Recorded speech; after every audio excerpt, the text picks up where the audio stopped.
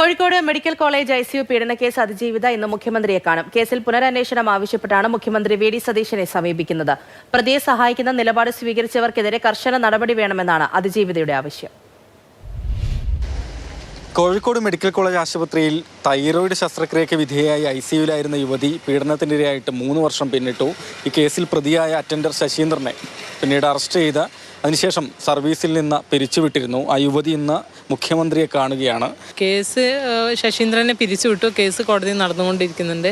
പക്ഷേ ഇതിൽ പ്രതികളായിട്ടുള്ള 5 പേരുണ്ടല്ലോ, എന്നെ ഭീഷണിപ്പെടുത്താനും കേസ് അട്ടിമറിക്കാനും വേണ്ടി ശ്രമിച്ച അവർ പിന്നെയും മെഡിക്കൽ കോളേജിലേക്ക് ജോലിയിൽ പ്രവേശിച്ചിട്ടുണ്ട്.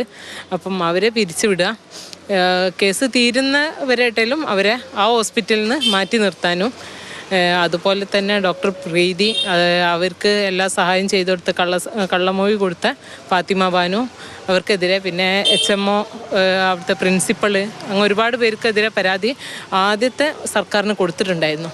അപ്പം അതൊക്കെ ഒന്നുകൂടി പുനരന്വേഷിക്കാൻ വേണ്ടിയിട്ട് പറയാനാണ് എൻ്റെ.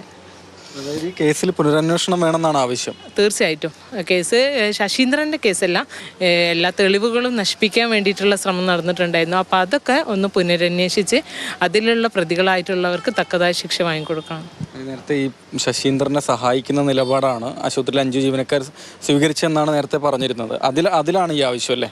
അതും അതുപോലെ തന്നെ ഡോക്ടർ പ്രീതി അവർ പരിശോധിച്ചിട്ടും തെളിവുകൾ ഒക്കെ ഉണ്ടായിട്ട് പോലും അത് ഒന്നും റെഡിയായിട്ട് റിപ്പോർട്ട് ചെയ്യാതെ അവർക്ക് പ്രതിക്ക് അനുകൂലമായിട്ടുള്ള റിപ്പോർട്ട് കൊടുത്തിട്ടുള്ളതാണ്. അപ്പോൾ അതിനെതിരെ ഞാൻ കുറേ സമരം ചെയ്തതും കാര്യങ്ങളൊക്കെ ഉള്ളതാണ്.